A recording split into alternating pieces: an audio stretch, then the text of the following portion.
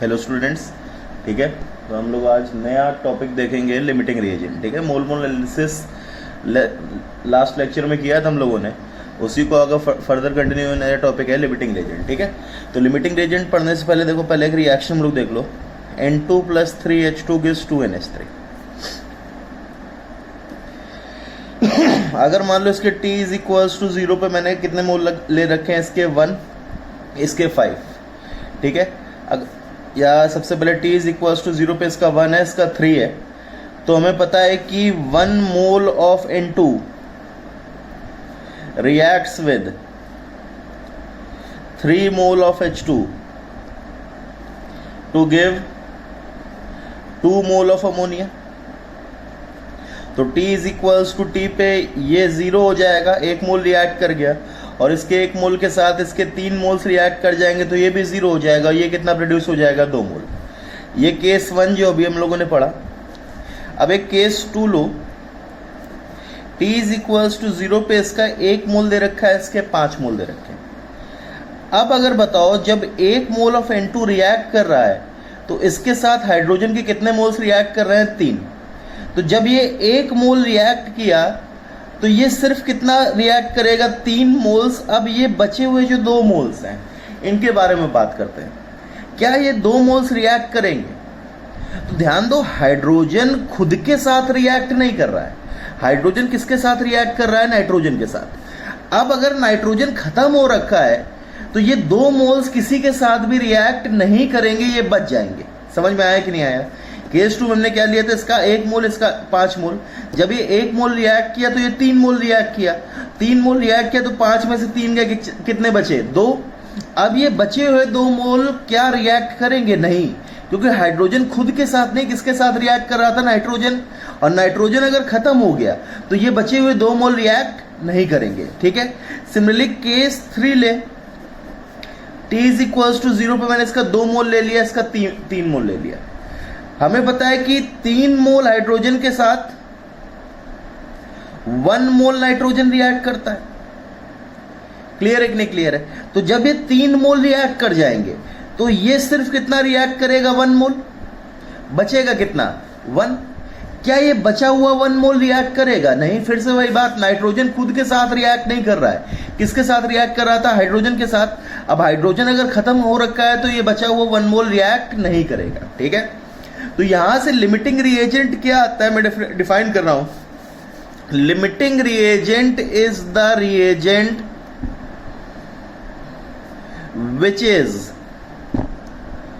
Completely, या limiting reagent is the reagent, या फिर is the reactant. Reagent generally किसको बोलेंगे? वो रिएक्टेंट जो कंप्लीटली कंज्यूम हो जाए, which is completely consumed in the reaction. ठीक है, तो लिमिटिंग रिएजेंट वो रिएक्टेंट है जो रिएक्शन के कोर्स के दौरान पूरी तरह क्या हो जाए?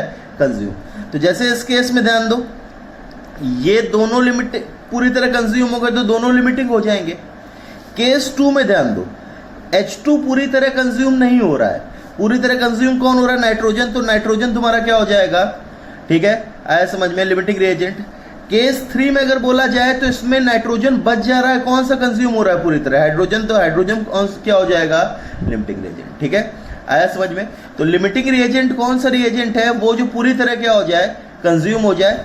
और इसी के बेसिस पे एक आता है access reagent. Excess reagent is the reactant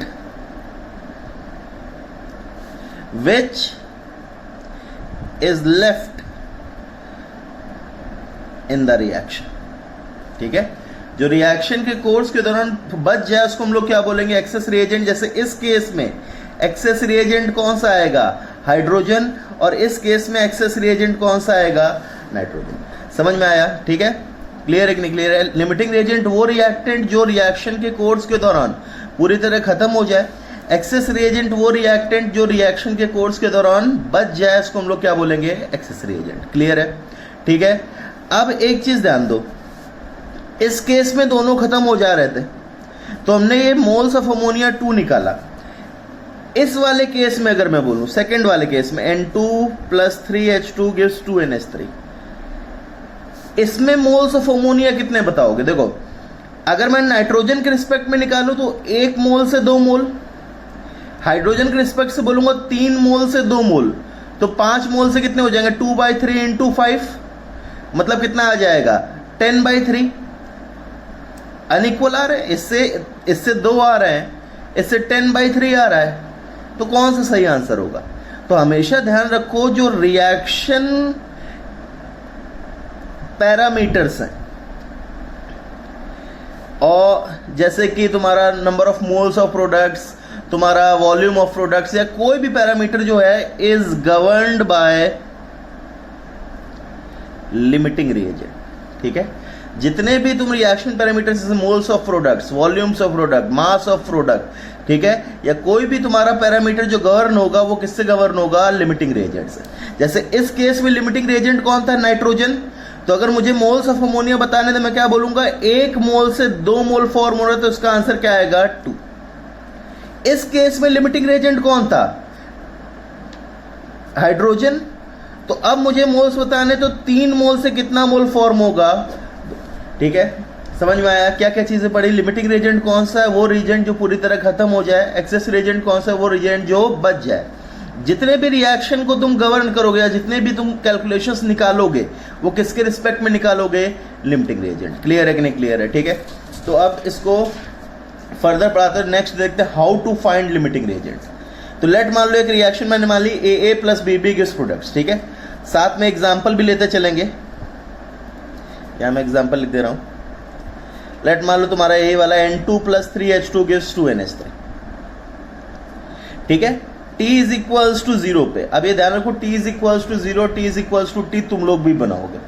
T is equals to, जैसे ये बनाया जा रहा है ना, T is equals to 0, T is equals to T, ये बनाना जरूरी है। तो डायरेक्ट अभी ना करो, आगे जैसे जैसे तुम बढ़ते जाओगे डायरेक्टली होते जाएंगे, लेकिन अभी ये चार्ट बनाना सीखो, ठीक है।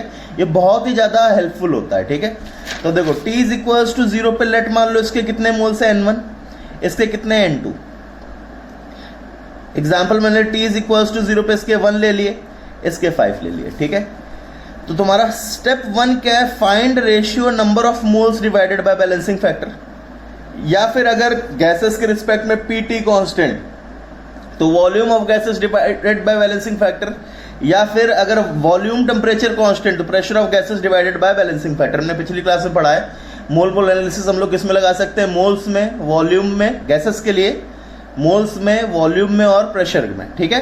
तो जो चीज गिवन है उसके रिस्पेक्ट में आ जाएगा, ठीक है। जैसे इस केस में मोल्स गिवन है, तो जैसे मैं बोलूंगा A के लिए ये रेशियो क्या होगा? मोल्स कितने? N1 divided by balancing factor कितना है? A।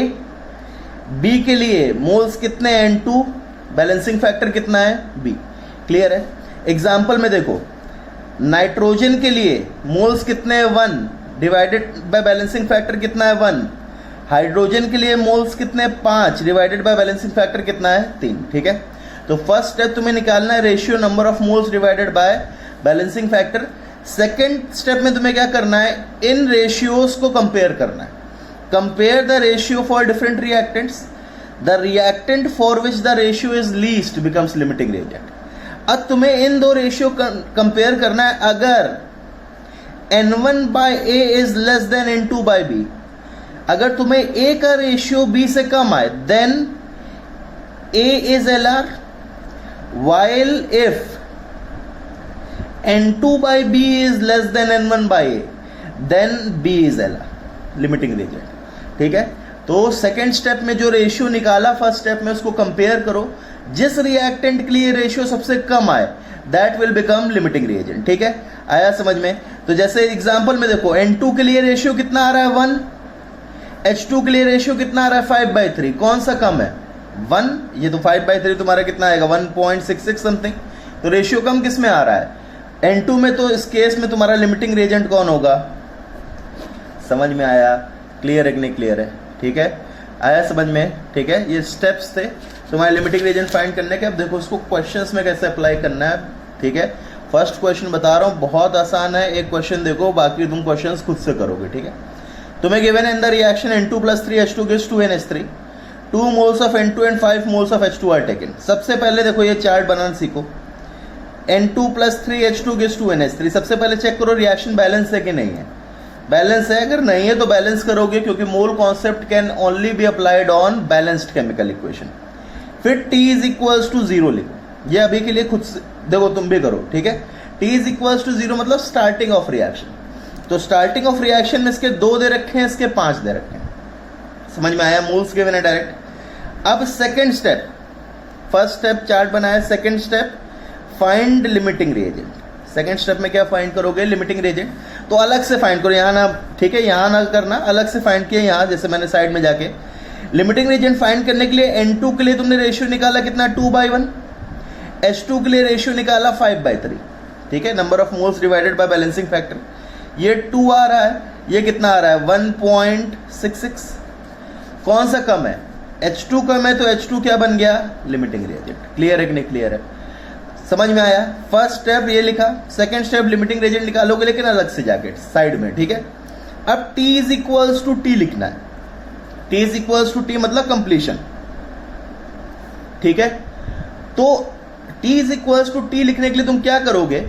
जो लिमिटिंग रिएजेंट आया उसके पूरे मोल्स रिएक्ट करा दो।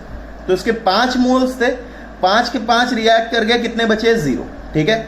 समझ में आया? ठीक है, जो लिमिटिंग रिएजेंट है उसके पूरे मोल्स रिएक्ट करा दिए। अब तुम्हें रिएक्शन पैरामीटर्स गवर्न करने हैं। देखो कैसे, H2 को N2 से रिलेट करो। मैं बोल सकता हूं 3 mole of H2 1 mole of N2 के साथ रिएक्ट करेगा, तो 5 मोल ऑफ H2 कितना के साथ करेगा?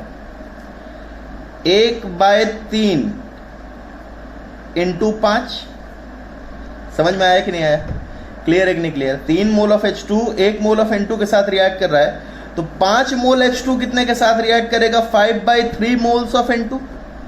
तो इनिशियली कितना गिवन था? T इज इक्वल्स टू 0 पे 2 में से 5/3 रिएक्ट कर गया, तो बचा कितना?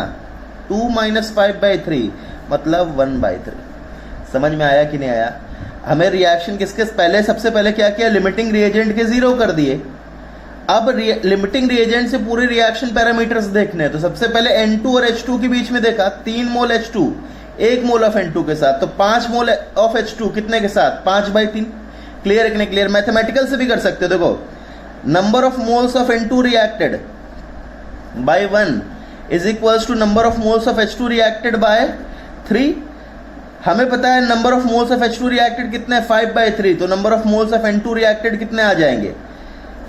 5/3। तो 5/3 अगर रिएक्ट कर गए तो बचे कितने? 2 - 5/3 मतलब कितना? 1/3। अब NH3 के रिस्पेक्ट में मैं बोल सकता हूं 3 mole of H2 2 mole of NH3 दे रहा है, तो 1 मोल कितना देगा? 2/3। 5 मोल कितने देंगे? 2/3 इंटू 5 मतलब आंसर क्या आ जाएगा? 10/3 मोल्स। क्लियर है कि नहीं क्लियर है? या फिर मैथमेटिकल से क्या, number of moles of NH3 produced by 2 is equals to number of moles of H2 reacted by 3। तो number of moles of NH3 produced is equals to ये 5/3 इंटू 2 कितना आ जाएगा? 10/3। क्लियर है कि नहीं क्लियर है? आया समझ में? स्टेप्स ध्यान से देखना। अभी के लिए तुम्हें सब इसी टाइप से करना है, बाद में धीरे धीरे से प्रोफिशिएंसी आएगी, तुम अपने आप तेजी से करते रहोगे, लेकिन अभी ध्यान से करो, ठीक है। अब देखो क्वेश्चन फाइंड, ये चार्ट बना लिया, सारे क्वेश्चन अपने आप आ जाएंगे। लिमिटिंग रिएजेंट, लिमिटिंग रिएजेंट क्या हो गया? N2। एक्सेस रिएजेंट क्या हो गया? H2। Moles of NH3 form कितने आ गए? 10/3। Moles of excess reagent left, access reagent sorry limiting reagent क्या था यहाँ पे? H2 और एक्सेस रिएजेंट क्या था? N2। Moles of excess reagent left मतलब मोल्स ऑफ N2 लेफ्ट तुम्हारे कितने आ गए? समझ में आया कि नहीं आया? क्लियर है कि नहीं क्लियर है? ठीक है, क्वेश्चन समझ में आया? ठीक है, अब इसी बेसिस पे सेकंड क्वेश्चन करो। 3 mole of H2 react with 2 mole of O2 to form water. Find first part limiting reagent, second part excess reagent, third part mass of H2O formed, fourth part volume of excess reagent left at STP। इस case में reaction नहीं given है तो तुम इससे बना सकते हो। देखो क्या बनेगी? H2 + O2 क्या बन रहा है? H2 + O2 gives H2O। Reaction बनाओ, बैलेंस करो, तो बैलेंस करके क्या आ जाएगा? 2H2 + O2 gives 2H2O। ठीक है, आया समझ में? करो एक बार। अच्छा, रिएक्शन बनाए इनकी फिजिकल स्टेट कैसे लिखनी है? H2 gas, O2 gas, STP पे, STP मतलब तुम्हारा 0 degree Celsius 1 atm, 0 degree Celsius 1 atm पे वाटर या तो लिक्विड होगा या सॉलिड होगा, गैस तो होगा नहीं, तो उसको लिक्विड या सॉलिड में से कोई भी एक, ठीक है, पैरामीटर दे दो। ठीक है, अभी रिएक्शन कंप्लीट करो, वीडियो पॉज करो, इसको कंप्लीट करो, फिर इसके बाद सोल्यूशन देखो। तो सबसे पहले t इज इक्वल्स टू 0 पे कितना गिवन है भाई? 3, 2। लिमिटिंग रिएजेंट निकाला, H2 के लिए क्या आ रहा है? 3/2। O2 के लिए कितना आ रहा है? 2/1। तो ये कितना आ गया? 1.5। ये कितना है? 2। लिमिटिंग रिएजेंट कौन हो गया? H2। लिमिटिंग रिएजेंट क्या आ गया? H2। t is equals to t लिखा है, H2 के क्या कर दिए? 0। ठीक है, H2 के 0 कर दिए, तो मैं बोल सकता हूं क्या? सबसे पहले H2 O2 के बीच में 2 mole of H2, 1 mole of O2 के साथ, तो 3 मोल ऑफ H2, 1/3 इंटू 2 मतलब 2/3 मोल ऑफ O2। 2 मोल्स थे, इसमें 2/3 रिएक्ट कर गए, कितने बचेंगे? 4/3। समझ में आया कि नहीं आया? क्लियर है कि नहीं क्लियर है? ठीक है, H2O और H2O के साथ 2 mole of H2, 2 mole of H2O produce करेगा, तो 3 मोल ऑफ H2, कितने मोल ऑफ H2 प्रोड्यूस करेगा? 3 मोल H2O, तो इसके कितने आ गए? 3। समझ में आया? क्लियर है कि नहीं क्लियर है? ठीक है, अब क्वेश्चन करते जाओ। Limiting reagent H2, excess reagent O2, mass of H2O form, moles of H2O formed आ गए 3, तो मास क्या आ जाएगा? Mass is equals to 18 into 3, कितना आ गया answer? 54 grams. Fourth part, volume of excess reagent left at STP, तो एक्सेस रिएजेंट का कितना तुम्हारा मोल्स है? 4/3, तो वॉल्यूम क्या आ जाएगा? 4/3 इंटू 22.4 लीटर्स। समझ में आया? क्लियर है कि नहीं क्लियर है? ये वाला करो। 30 grams of ethane is combusted in presence of 32 grams of oxygen at STP. Find first part limiting reagent, second part excess reagent, third part total volume of gases left after reaction at, ठीक है, STP तो given है at STP। ठीक है, reaction बनाओ भाई, खुद से एक बार ट्राई करो। क्या है कि इथेन की कंबशन है, C2H6 plus O2 gives CO2 plus H2O, combustion में हम लोग बोलते थे। अब देखो, पहले सबसे पहले बैलेंस करो। बैलेंस करने के लिए 2 कार्बन, यहाँ 2, 6 हाइड्रोजन, तो यहाँ 3, 2 2 4 प्लस 3 7, तो यहाँ क्या लिख दोगे? 7/2। ठीक है, फ्रैक्शन में रखो, कोई दिक्कत नहीं है। अब फेज अलॉट करने, ऑक्सीजन गैस, ये गैस STP पे ये लिक्विड या सॉलिड होगा। ठीक है, C2H6, तो ध्यान रखो कोई भी ऑर्गेनिक कंपाउंड गिवन है, अनलेस एंटिल उसका फेज मेंशन ना हो क्वेश्चन में, उसको क्या लोगे? गैस। धीरे धीरे तुम आगे सीखते जाओगे, लेकिन अभी के लिए अगर कोई ऑर्गेनिक कंपाउंड मेंशन्ड है, उसका फेज तुम्हें नहीं मेंशन्ड है क्वेश्चन में, तो उसको क्या लोगे? गैस। ठीक है, करो भाई। ठीक है, तो तुम्हारा क्या आएगा? 30 ग्राम्स इथेन है, तुम्हें बताया था मास में कभी भी एनालिसिस नहीं करोगे, मोल्स में। तो 30 ग्राम्स इथेन मतलब 1 मोल, 32 ग्राम्स मतलब 1 मोल। आया समझ में? अब लिमिटिंग रिएजेंट निकाला है, लिमिटिंग इसके लिए C2H6 के लिए 1/1, O2 के लिए 1/7/2, मतलब ये कितना आया? 2/7। लिमिटिंग रिएजेंट क्या हो गया? O2। समझ में आया? लिमिटिंग रिएजेंट क्या हो गया? O2। तो लिमिटिंग रिएजेंट अगर O2 हो गया तो इसके 0 कर दिए। अब O2 के साथ क्या बोल सकता हूं? 7/2 मोल ऑफ O2 से 1 मोल ऑफ इथेन, तो 1 मोल ऑफ O2 से 2/7 मोल ऑफ इथेन, तो 1 था इसमें 2/7 रिएक्ट कर गया, बचा कितना? 5/7। ठीक है, मैथमेटिकली करें, मैथमेटिकल से भी सेम आएगा, करके देख लिया करो। ठीक है, number of moles of O2 divided by 7/2 is equals to number of moles of ethane divided by 1। तो number of moles of O2 कितने गिवन है? 1 divided by 7/2 is equals to number of moles of ethane, ये कितना आ गया? 2/7। ठीक है, तो 1 में से 2/7 गए, बचे कितने? 5/7। अब CO2 के लिए देखो, 7/2 मोल of O2,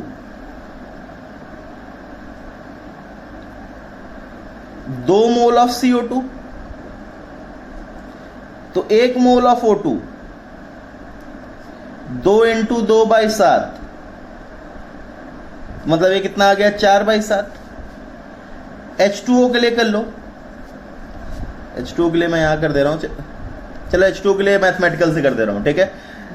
number of moles of O2 divided by 3.5, 7/2 is 3.5 is equals to number of moles of H2O divided by 3, तो O2 कहते हैं 1/3.5 is equals to number of moles of H2O by 3। Number of moles of H2O कितने आ गए 3/3.5, तो 3